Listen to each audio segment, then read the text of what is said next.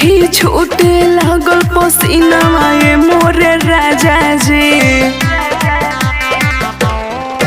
और छोड़ी अब हटी बतिया के माने सुनिए मोरे राजा जी। और ऐसे न डाली हमारा में दुन आए मोरे राजा जी।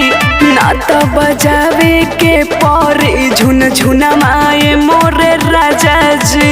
कहत रही पहले तो से बात बुझाए रनिया हो।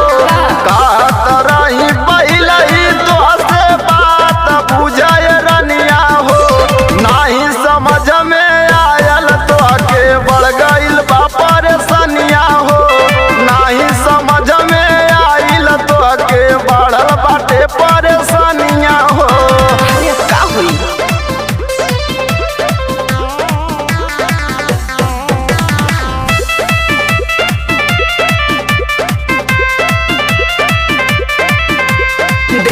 दर्द हमें उठे परेशानी माना करे जा हमर बात के। ऐसे न जाई कैसे हम डाली नरम कलाई तोरा हाथ के। छोड़ी अब हटी बतिया के माने सुनिए मोरे राजा जी। ऐसे न डाली हमारा में दुन आए मोरे राजा जी।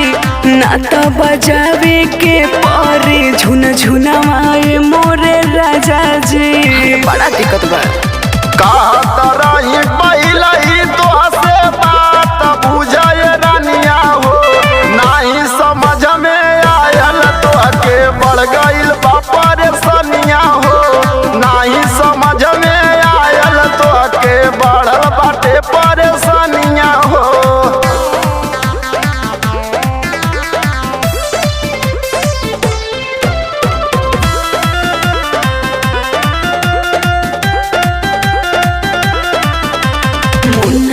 जैसनी करे उत्पाती मना करे जा हमर बात के। चुपचाप सही से बैठिए बुचिया नहीं खरोच लगी हाथ के।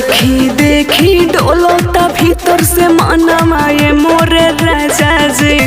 ऐसे न डाली हमारा में दुन आए मोरे राजा जी।